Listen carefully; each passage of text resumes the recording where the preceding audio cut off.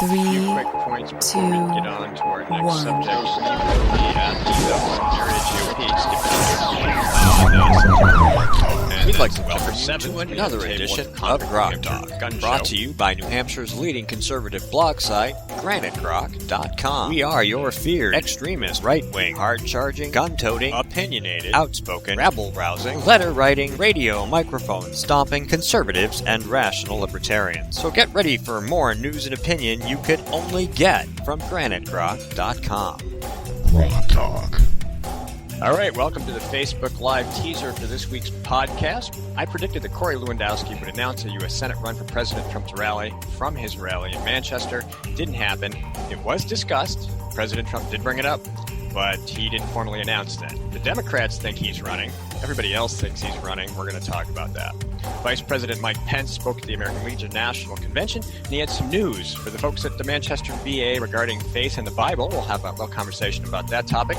New Hampshire Democrats' terrible, awful, bloated New Hampshire budget will be transformational for education spending, not education. We'll discuss that in the latest news, including the crybabies in Claremont. From the left side of the First in the Nation primary, we'll talk about how billionaire Tom Steyer has recorded what I believe to be the worst polling numbers for dollars spent. And Kristen, I'm a horrible candidate, Gillibrand, has dropped out. We also have Joe Biden, who is in New Hampshire to tell a war story that was completely made up. International news, Brexit news. Boris has suspended Parliament with the permission of the Queen, and the Remain folks are very uppity about it. We'll get into that. We'll also have some updates from the homepage of GraniteGrok.com, a review of this week's Grok meet in Guilford, New Hampshire, and pretty much whatever else we can think of. Oh, we were on the Jim Lawrence show this week. We'll see if we can squeeze some of that in. Don't forget to check the calendar in the sidebar of our homepage and see where we'll be. And remember to share and like our content as we chase WMUR for New Hampshire internet dominance. And for the folks watching the podcast teaser on Facebook Live, look for the complete podcast on Saturday morning. We are ready to rock and roll, gentlemen. We have all these wonderful things to talk about. I'm learning how to use this Facebook Live thing. I think it's cool. I think we should do it. I really think we have an opportunity to use, I think John DePietro streams his Zoom meetings to a closed group on Facebook, and I think we could do the same thing to our closed Granite Grok group on Facebook, and I thought that would be kind of neat. We should also try doing our live streams at events to Facebook Live, because there is the capability of doing that. All right, so our first topic is Mr. Lewandowski, who has been teasing the idea of running for the U.S. Senate. Skip, you had some news that you ran into about that. Why don't you start there? I did. I was over at New Hampshire Journal, and I guess Mike Graham talked with Corey, and Corey's still teasing things. He's still not making the final determination just yet, but I think he's having a lot of fun doing the teasing. And so far it's just building a little bit of anticipation. I think on every political person here in New Hampshire. Is he in or is he out? Is he in, out, in, out, in, out? Meanwhile, I think he's driving all the other candidates nuts, trying to figure out what it is that they're going to have to do to successfully compete against him. And as I have said to a couple of them, it's kind of hard to say that you are the Trump supporter when Corey flies in on Air Force One. So we'll see how that all plays out. It's going to be rather interesting. Is it possible to beat Corey? Yeah. That's why we play the game, because sometimes those that seem to have a lock on the race lose, sort of like Bill Binney did a couple of cycles ago when he ran for U.S. Senate, and all he ended up doing was spending about $461 for every single vote that he got, which meant that he lost. Hey, you mentioned something, or I thought I saw something in the link you sent me about the Democrats having an ad against Corey. Did I read that right? They do. It's hilarious. They're already painting him as who's the biggest swamp creature in D.C. Just the basic premise of it is ludicrous. But they also assembled the ad so fast they didn't have time to actually buy the background graphics, so all the watermarks are in there. So in other words, they're a bunch of amateurs. You can leave out the word lovable. Not lovable, but I wouldn't say that they were too much in a rush, not amateurs, to get their ideology out there. the fact that they've done this and they haven't done it for the other candidates thus far kind of shows you who they really fear. Oh, yeah, they're definitely afraid of him because he can bring Shaheen-level money to this race. Oh, more than that. Plus, I think that people here in New Hampshire, they're going to see him as a political infighter that would, on the idea of a Trump. Trump has not backed down from a fight. He's taken on all comers. And it's been, as I sit back and have watched the antics going on over the last couple of years, he is crazy like a fox. Throw me in that briar patch, because what he has done to what Trump has done to his political enemies is just nothing short of genius. Absolutely. Defending the indefensible, and Nancy Pelosi is forced to do it every day thanks to Trump. Oh, yeah. All right, so let's take a little quick poll. Is Corey in? I say yes. Yes. No. You don't think he's running? Really? I don't think so. It's a weird way to go about it, unless he really thinks he's got so much name recognition he can drop in at the last minute and still blow off the other guys. Okay. Well, he's getting the name recognition from everybody else. I mean, I like Corey, but I got to tell you, of the people running for Senate, I think a calm and measured person like Bill O'Brien, who speaks softly but carries a giant constitutional stick, is more the kind of person we need. Well, that's not the question. The question isn't whether or not Bill's the best candidate. We just sat down and spent 2 hours with him. He answered all the questions very well for us in our Grok Gauntlet. I think he did a great job. He came up with some answers I didn't expect that were good answers. And that's still not the question. The question isn't who the best candidate is. The question is Corey going to run? And I think he is. And I get your reasoning. It does make some sense. I just disagree. See that? Look, we've disagreed. Groksters have disagreed about something. Imagine that it actually happens. Of course we do. I like Corey. I just don't think this would be the right cycle for him to run for Senate, and I'm not surprised he's hedging. Well, I think you're wrong, because if anything, given the atmosphere that Trump has created, I think this would be the time for Corey to do exactly what he is known for being, which is very feisty and not backing down. It's gotten him into trouble in more genteel environments. And, it has. It has. And people didn't like it, which is why, Jughead called him a thug, Judd Gregg. And because he doesn't fit into that country club GOP establishment mold. And frankly, I'll be honest with you, I'm done with that mold. How well has it worked for us lately here in New Hampshire? Not well at all. Well, the country club doesn't work well at all. We'll all remember the picture of the horse and its ass when one of the state groups was trying to pick a leader, the black horse and the gray-haired guy. You know who I'm talking about.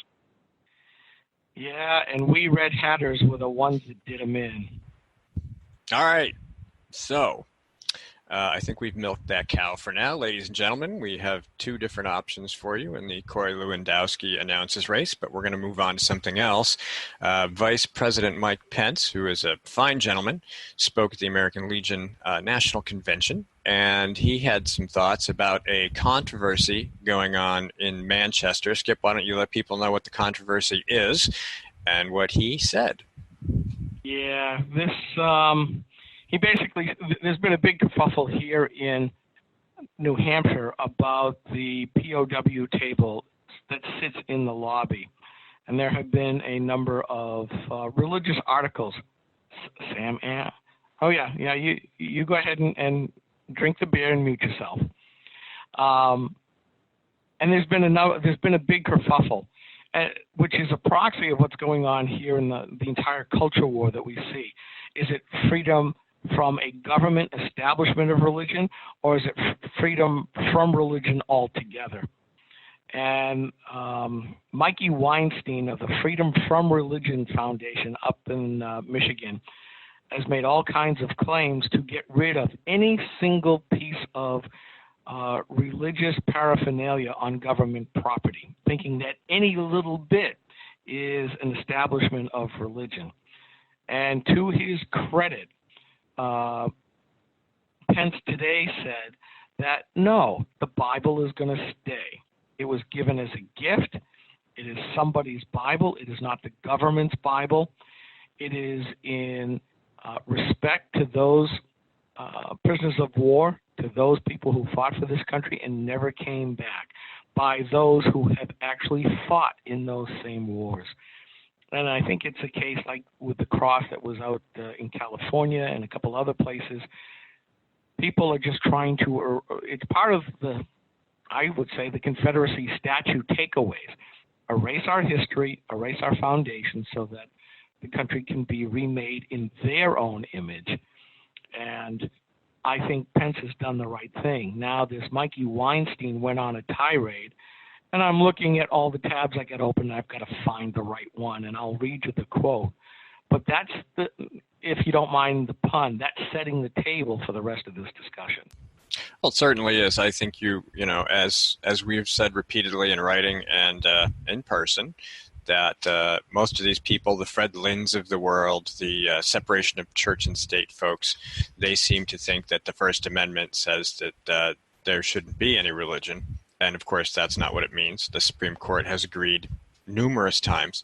And it would take a case like this to get there to perhaps make that point yet again. Not that it would stop them. They're very persistent about making sure that they scrub religion from everything.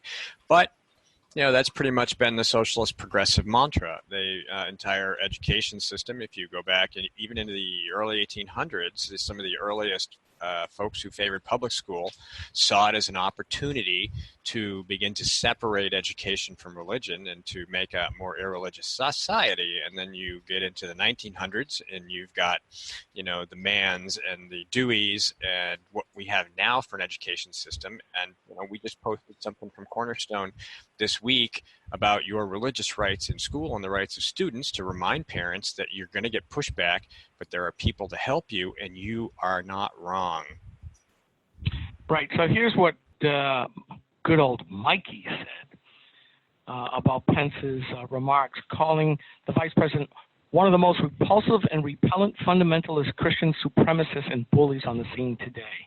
It is hardly surprising that he is lending his ugly bigotry and pervasive prejudice in support of keeping that Christian Bible bolted down on that POW MIA table at the Manchester, New Hampshire VA Medical Center. This is just a further perpetuation of fundamentalist Christian privilege. Gosh, can you get any more Democrat talking points into 3 sentences than that? Privilege.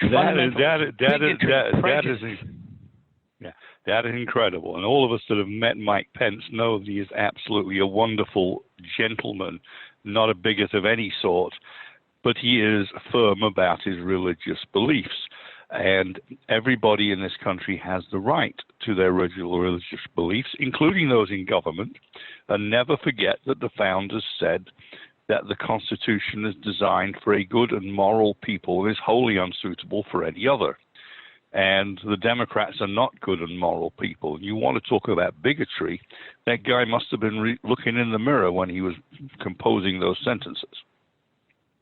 I tend to agree, but the amount of vitriol is just unbelievable because, and again, it's showing how they're trying to change the culture. What used to be good, you know, a fine, upstanding, Bible-believing, God-fearing person trying to live a good life, and by all means, as you said, Mike, is doing exactly that, is turned out to be a bigot. Well, we all know where the bigot comes from, that if you are for traditional marriage and not for same-sex marriage or any of the other LGBTQRSTUV practices, you are a bigot. How dare you judge me? Well, I'm sorry, but, you know, my mind is not that open that all my brains fall out. And at some point, we do have to make judgment values. And I can think of any one of them that I would make that would push back on him. But really, pervasive prejudice, ugly bigotry, I'm having a discussion over at Tree Hugger once again, and how they look down their noses at us in rural areas, that we don't share the same values as these new urbanists, and they hate us. And one of them finally said, look, this is the reason why you got Trump, because you hate us. And I piled in on that, obviously. And if you're not going to respect everybody else, that only your views count, well, that's how you get Trump and Pence and a lot of people who vote for them. And that's not good. It really is a case where I think he's worn out his welcome, except within his own coven of militant atheists. Sorry, I was talking to my wife. I think. Go ahead. You have to pay attention to your wife. I do. That's why I did that. Go ahead, Mike. Yeah, and that's the whole point. I mean, atheists, people who should go along to get along and no interest in religion, and that's fine. We won't push it down their throats. Instead, they have their militant, you shall not have religion views, and they want to push that down our throats, along with all the appendages associated with their peculiar lifestyles. And it really is. It comes down to what is the public morality. And we all know at Granite Rock, it's the laws that are passed reflect the public morality. And that everybody has the same chance to inject their morality into those public laws. It's the left that says, how dare you even challenge our viewpoint of what morality should be? And that's how we get drag queens at story hour at at libraries, yep. Or you get free needle exchanges for drug addicts. I mean, bit by bit, brick by brick, the former stigmas that kept the wall of society up and healthy have been withdrawn. And at some point, that society is going to fall from within. Mike, you had it right. Ours is only for amoral people. Well, when you become amoral or moral to the point that anything goes, which is, again, amoral, I can't see how we can keep it. It is moving us to that everything, well, we're already there. Everything is politicized, and no longer left to just civil society stigmas that have shown to work over thousands of years that are supposed to be the main controllers. And everything is relative. I mean, how dare you judge me, they say. But they insist on judging us just for trying to go about our lives, not for trying to interfere with theirs. And that's why I always bring up the woman at the well, because at the very end of that parable, which the left often brings up, I have to point out where Jesus said to that woman, "Go and sin no more." There was judgment.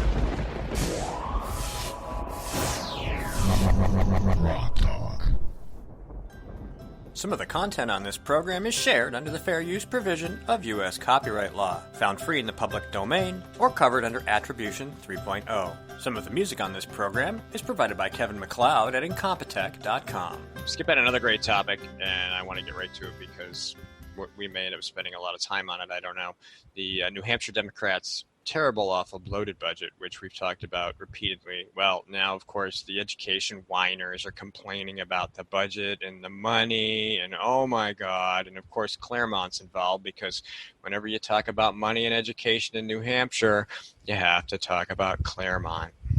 Yeah, or in this case, Berlin, who was there in full force.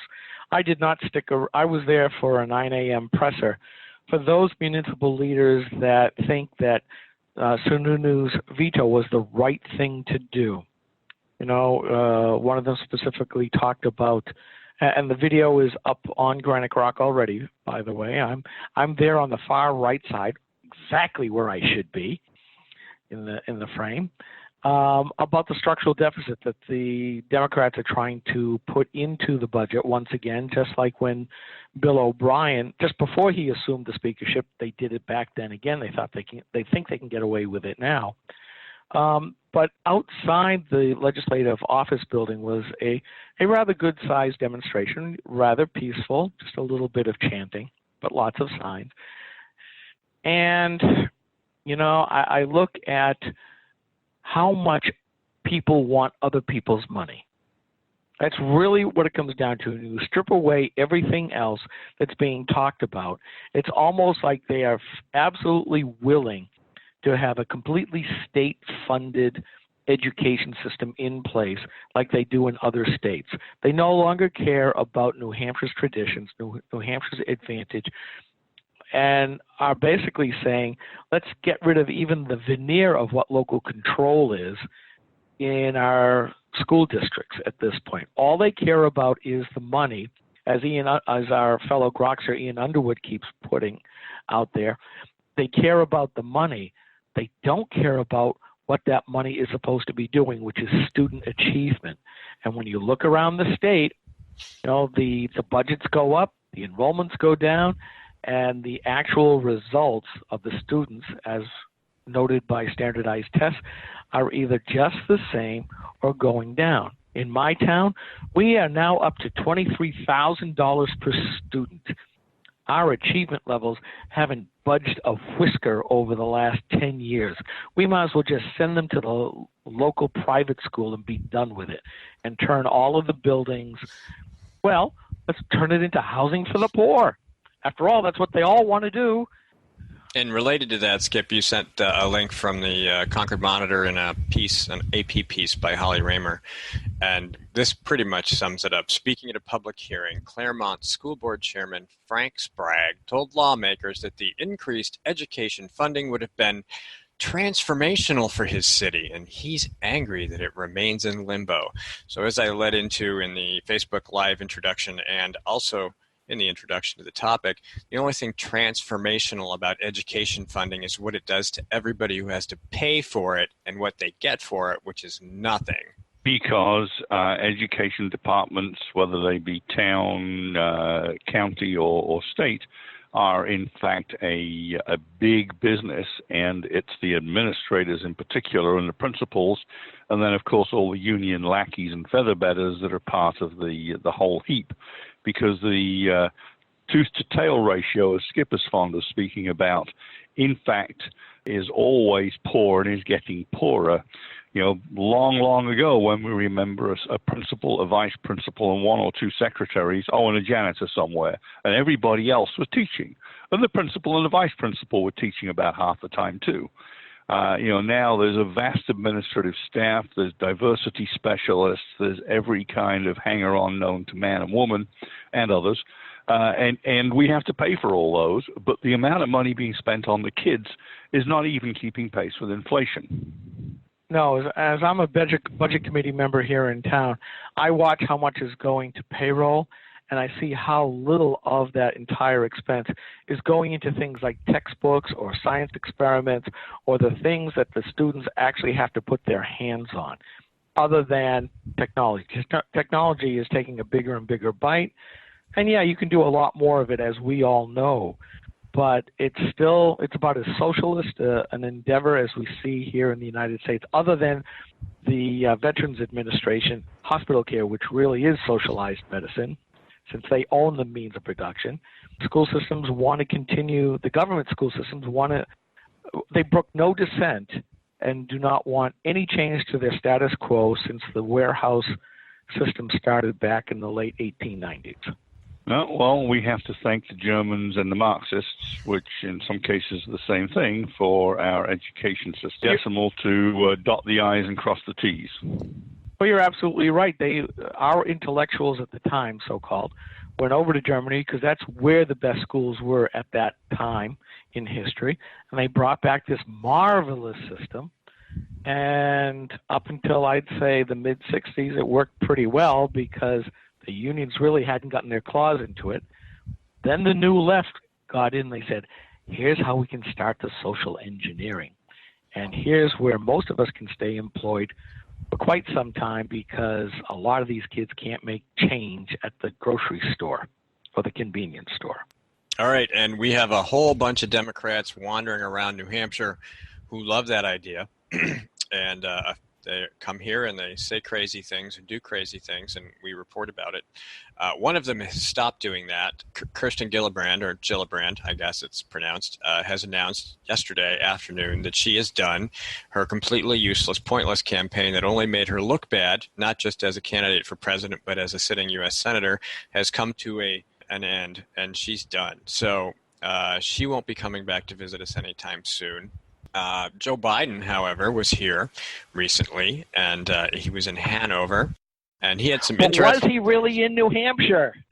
Well, earlier in the week, he thought he was in Vermont. He may or may not know where he was, but the Washington Post says he was in Hanover. And Chris Maidment, who writes for us at Monadnock Grok, shared the story.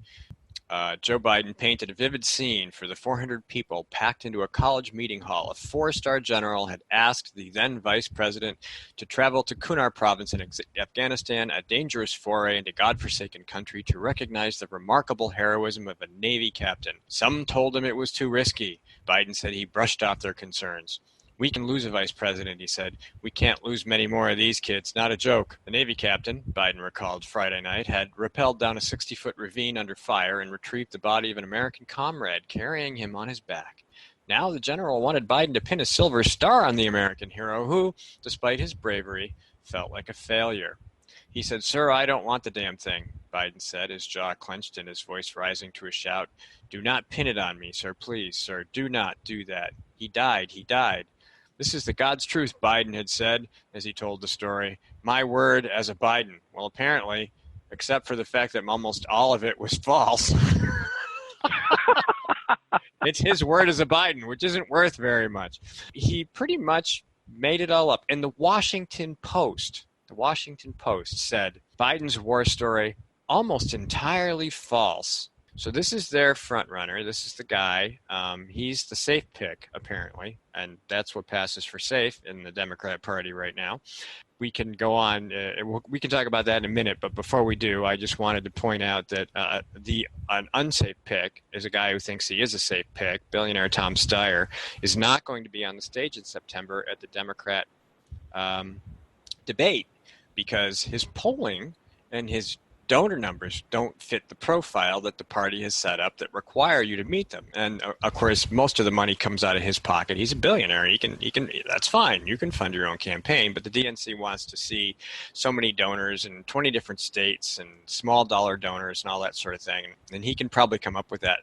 But he says he has the polling numbers. And sadly, there isn't any evidence of that. His overall RCP average is 0.4%. Now, the reason this is stunning is because if you've turned on anything that's connected to the internet or a television lately, you've probably seen a Tom Steyer ad. He spent millions of dollars on YouTube ads, on streaming service ads, on TV ads. He's everywhere. RCP average, 0.4%. He's 1% in CNN's poll last week. Quinnipiac has him at 1%. The best he possibly does is an Economist YouGov poll, and that's 5% of the respondents who consider, they even know who he is. He's basically spent all this money for name recognition, and nobody cares. I wrote about it a couple weeks ago. He's pissing off millennials. They're so sick of his ads interrupting their online content that they don't even care anymore who he is or what he has to say, and he's basically bought himself obscurity. And you would think that after, 2 or 3 years of his next-gen operation trying to get millennials to sign up on college campuses would have helped him in some manner. Well, he did succeed in New Hampshire. He pretty much bought the election here in 2018. His college students went out and turned out the vote. And as you know, mathematically, we lost 3 or 4 Senate seats easily because of a handful of votes, and they're almost certainly from college students. Right, but from the idea that it was his organization doing it, prepping for now, it was a disaster. By the way, just as a technical point, Mike? Hello, yes. You need a flashlight. You're fading into darkness there. It's getting darker in here, yes. I got to get more lights in here. Yep. He's in the sun. He looks good. He's shady. Yeah, well, thinking of shady characters. Speaking of shady, let's talk about some shady business over in England, which actually was kind of cool, if you ask me, Mike. Yeah, it is. I mean, there's the old saying, the people don't like the government, we should maybe change the people. And in this case, if the Prime Minister and the Parliament don't agree with each other, let's change the Parliament. Well, there's been a 3-year battle, and that's not counting the run-up to the referendum in 2016 over Brexit. The simple fact of the British people, well over 50% of them, wanting to determine their own fate and not have to swallow ugly European food, along with even uglier European regulations, which are turned into the force of British law mandatorily due to their membership. Not to mention that the British people pay far more into Europe than they get out of it, and they're forced to suffer the tail end of Angela Merkel's migration experiment, pulling in all those poor people from the Middle East. So generally speaking, there was a high degree of motivation to get the hell out, and it passed in June 2016. But as usual, the global elites didn't want that. And those are in all kinds of places. They're in the ministries, that's the equivalent to the cabinet departments. They're in the parliament. They're in the backbenches of the ruling party. What? Disagreeable factions? Why not? And of course, they're in the business sphere, the global business types that think that they'll lose some sort of grip on the global economy if Britain leaves Europe. There's no actual basis in fact for that. London has been a global financial hub for long before the European Union existed, and will be again long after it has ceased to exist. There's a squad of backbenchers which is called the Gawkwood Squad, because one of the guys is actually called Gawk, believe it or not.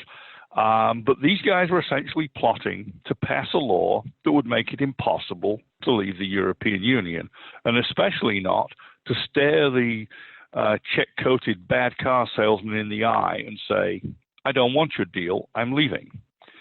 And that is what Boris is planning to do. If he can't get a deal that's agreeable, he's going to leave without one.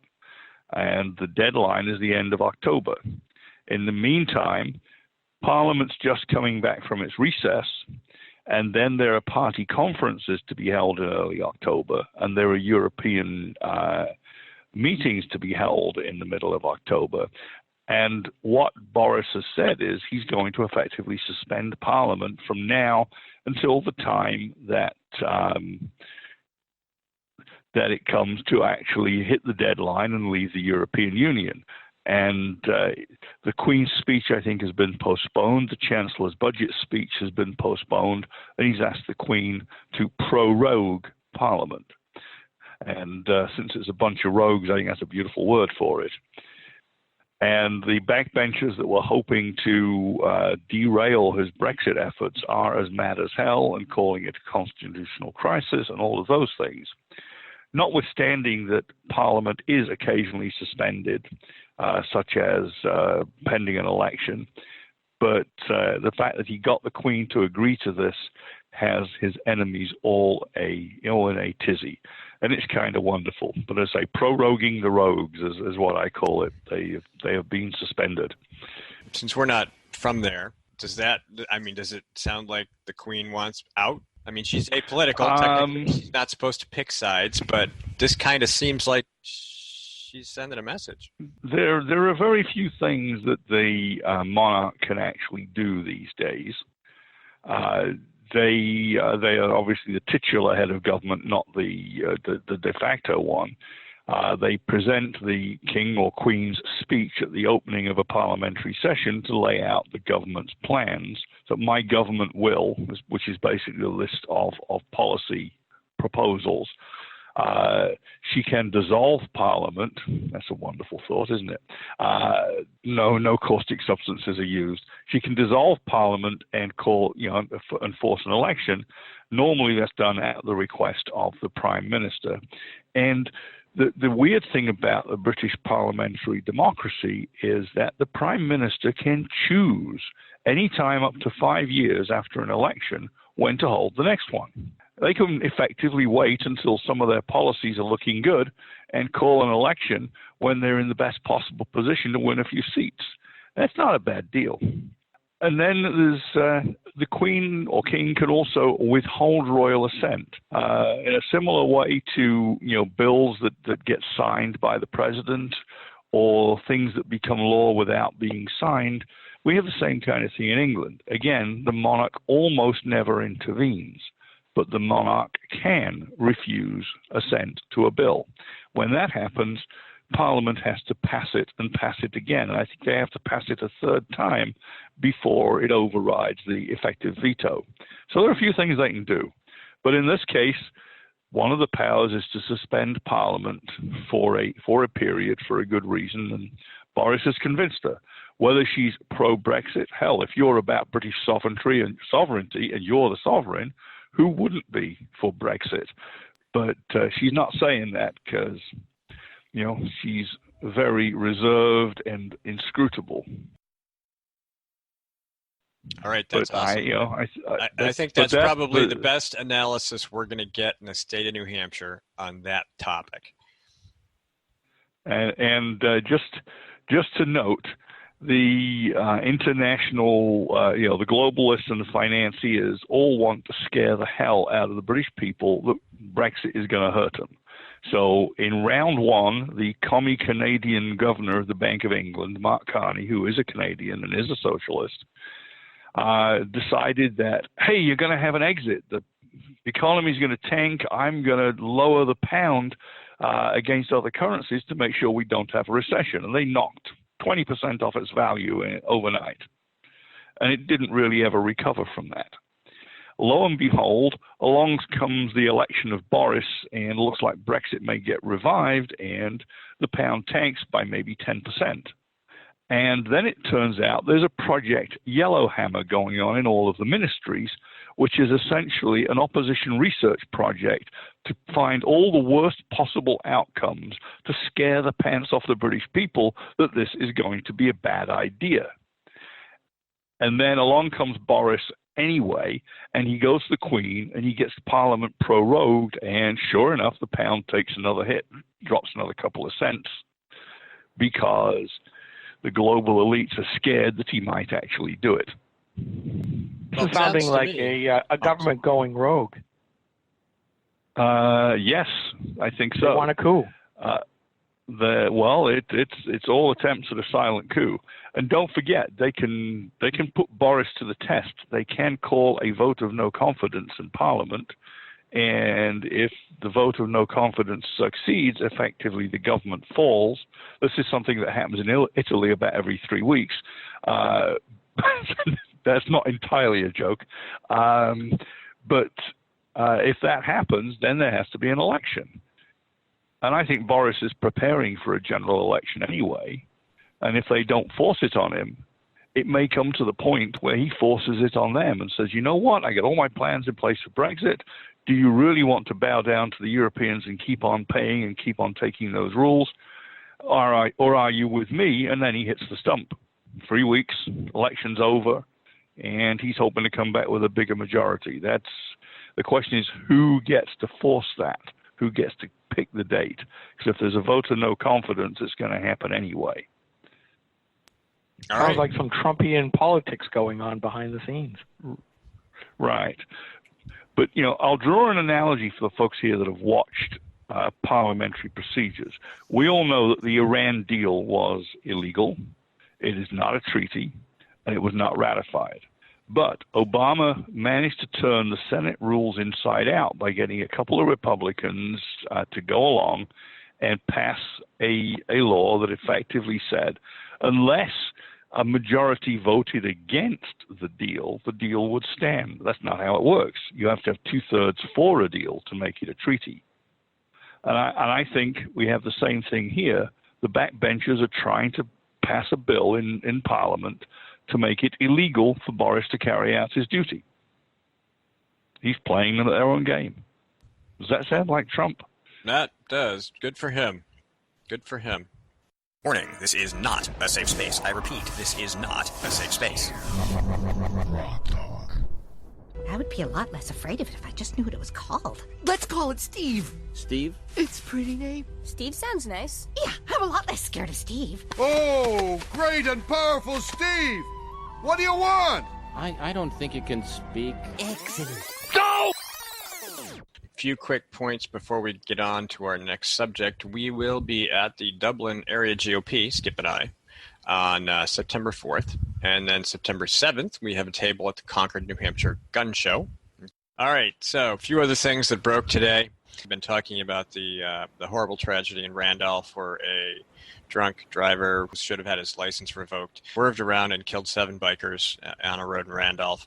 The Massachusetts RMV, the Registry of Motor Vehicles, has found literally thousands of people that were backlogged that they should have had sent messages to have their licenses suspended in their own state and in other states to notify those states of their violations. New Hampshire, which of course is where the accident happened, and we've written a couple stories about it, discovered it had its own backlog and has sent out letters basically revoking or suspending 900 licenses. They began their investigation the same time, right after the accident, and we posted it this morning in New Hampshire, whereas at 13,912 notices of violations committed in New Hampshire by drivers from other states were sent out.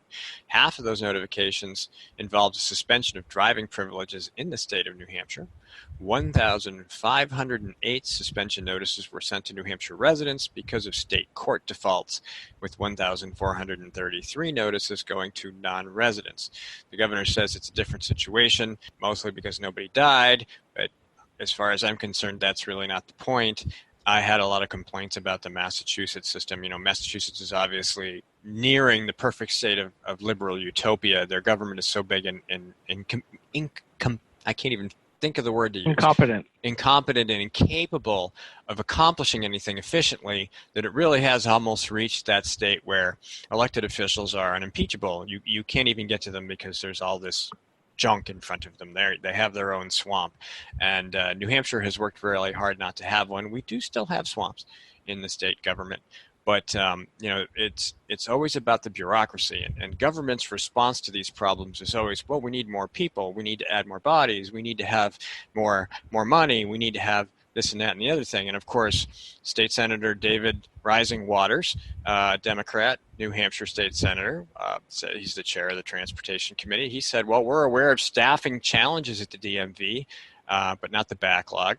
If there are staffing issues or laws that will compromise public safety, we'll look forward to working with the governor to address those. You know, his first response is staffing issues. I don't think it's staffing issues. There was a technology issue that was brought up that they think may have had something to do with the backlog in New Hampshire. But again, it's just this constant battle. And of course, the government, the education funding, we don't have enough money. We know it's going to go down a tube somewhere and it's not going to get to students, but they keep asking for it. The same thing's going to happen in a bureaucracy, and it's really a shame, and we're fortunate that nobody died because of it, but Massachusetts it did, and I'm sure it's happening in other states. It's always a case where nobody really wants to take the blame. There are some people who will stand up and immediately resign, saying it was my fault, I'm going to get out of the way. In a lot of other cases, a scapegoat is found and made to fall on their sword. But, with Mr. Rising Waters, as you so called him, he's basically obscuring the real reason why the problems didn't get fixed. Somebody failed to be in charge. Somebody failed to take responsibility, and thus the process failed. It doesn't get any simpler than that. And you can't keep hiding behind technology unless you have some kind of hardware failure or a software design failure or an upgrade failure. When this thing's been running for years and years, it's a person failure. It's a case of holding up your thumb and saying, hey, does this look kind of okay? Yeah, does this smell okay in the grand scheme of things? And when it doesn't, or when it doesn't measure up, usually the problem is a person, not in a computer. And for Senator Waters to try to make it sound otherwise, oh, they're oppressed. They're victims over at the DMV. We haven't given them what they needed. We have to go over and help the poor waifs find their way again to do their jobs. Sorry, not buying it. I mean, if government tells you that all their problems will be solved if you give them more money, they're lying. It never solves anything. It's always the opposite. They're the only entity that we know of that when it fails, it gets more money. Hey, Skip, we had a grok meet yesterday in Guilford. Did you notice that the minute you drove 2 minutes down the road, all the fog went away? Yeah, and guess what? When I got to my house, it was there as well. Well, you are on a side of a mountain. So, yeah, we had a grok meet up in Guilford, first one we've had that far north. Horrible weather, raining like crazy, hard to see, got dark, and we had a really good turnout, wouldn't you say? We did. We had probably 8 new people show up that have never been to a grok meetup before. It was a little more subdued than what we have had in the past. I recall some of the Murphy tap rooms getting rather boisterous as we kind of split off into smaller groups, and we all had to talk a little bit louder and louder and louder to hear ourselves. But it was a good time. I'm glad to see that a number of people showed up that I didn't expect. Plenty of food. I'm sorry I lost the chili cook-off to Norm. I guess mine was just too spicy, although I noticed that a lot of mine was gone by the end of the evening anyways. I should have brought some. I completely forgot about the cook-off. I would have made chili, but I didn't. I bought way too much food. You did. Let's put this: we're going to be eating leftovers for a while. Even Marmar said, "Nope, you got enough food." Yeah. The grok bank account's looking at me like, "You did what?" Yeah, spent a lot of money on food. But it would have been a great venue tonight or the night before, because I touted in the announcement. You cannot get a better view of Lake Winnipesaukee than from Norm's house.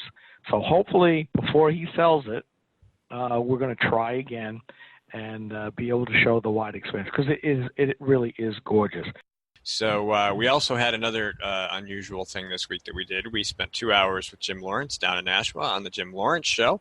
I have posted some of that audio already, but we'll have a bit more of it. That was kind of a fun experience, wasn't it? It was. I haven't been able to do things like that for quite some number of years now. So it was great to be able to sit in the saddle, get close to the mic, and just yak away.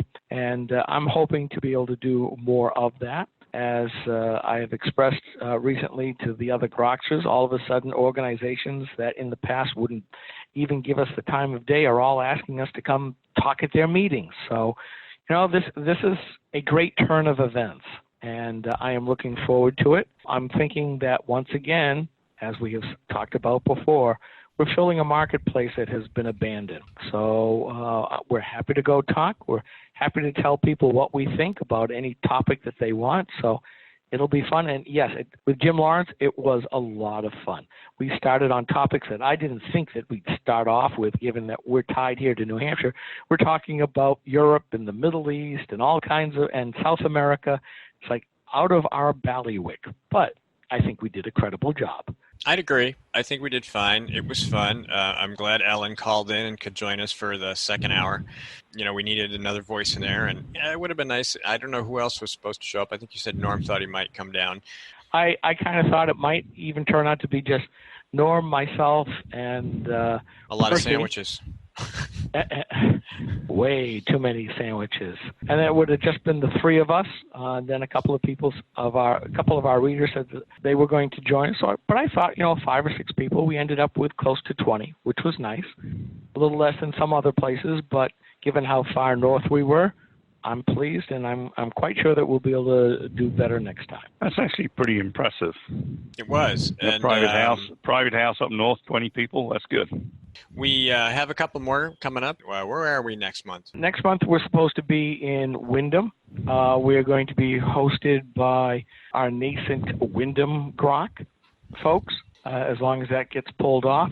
After that, we're going back out to Keene in October, back to Manchester in November, and then I got to do the whole schedule up once again. But I'm going to try to stick to once a month, at least through November. We'll probably skip December for obvious reasons, and then start back in the middle of January.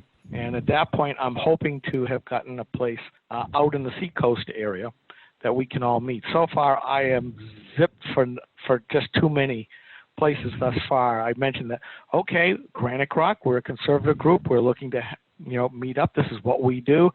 and I never hear back. Well, you made some contacts in Rochester last night and came up with a few more names of people we can reach out to and see where we can go out there. There's got to be places to go. I mean, Rochester 912 does events out there all the time. Obviously, Diane Bitter knows every nook and cranny where you can cram 2 or more people in the entire Seacoast area where they might accept us. So she probably has a list she could provide if we just ask her for it, which I will. And maybe we get there in December. Who knows? Maybe it's January or February, but we'll just start all over again and start doing them month after month. Yeah, and I really do believe this is the right thing to be doing, to get out from behind our keyboards and let our readers ask of us what they would like beyond what is possible in a discussed commentary. And I really enjoy it because they ask questions that make me think. And they're hungry to hear that. I really do believe this. And Glenn Beck said this at the beginning of the Tea Party or the Rochester the 912 movement. People who are surrounded by the Democrat socialist liberals, they want to know that they're not alone. If you remember how we felt when we went out to Keene and how happy they were that somebody even bothered to come out, it told me we're doing the right thing. And it's unusual. There are other blog sites like Red State, The Resurgent. They have one big bash a year. We're trying to do a lot of them because, New Hampshire's relatively small and we got readers all over. Yeah, and we don't have their budget. Well, this is true, too. Not yet. Not yet. Maybe we will. If you happen to run a conservative company and you know who our demographics are, we would be happy to accept your sponsorship or your ads to display on all kinds of things. Or even if you wanted to support or be a sponsor of Grok Talk, contact me at skip@granitegrok.com or steve@granitegrok.com. We will hook you up. We will. And the website is granitegrok.com. We are Grok Talk. We have come to the end of our second.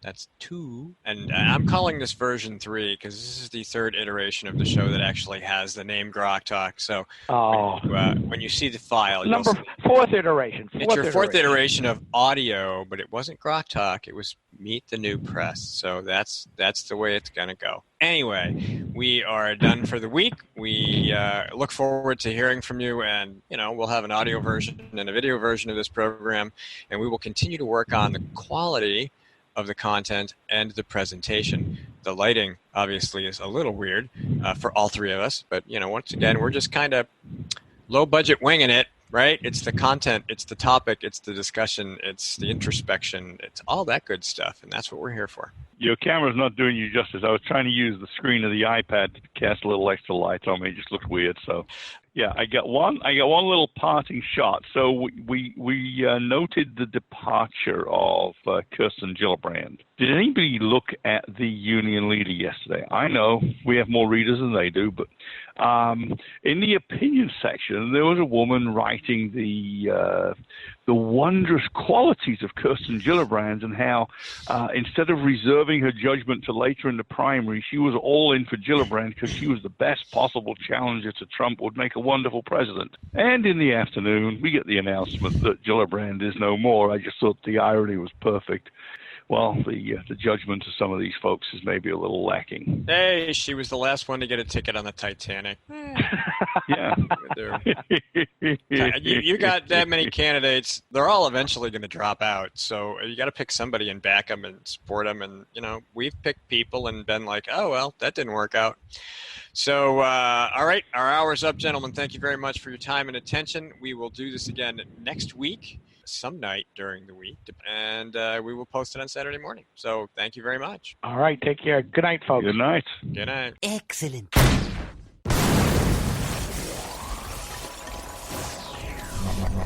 Rock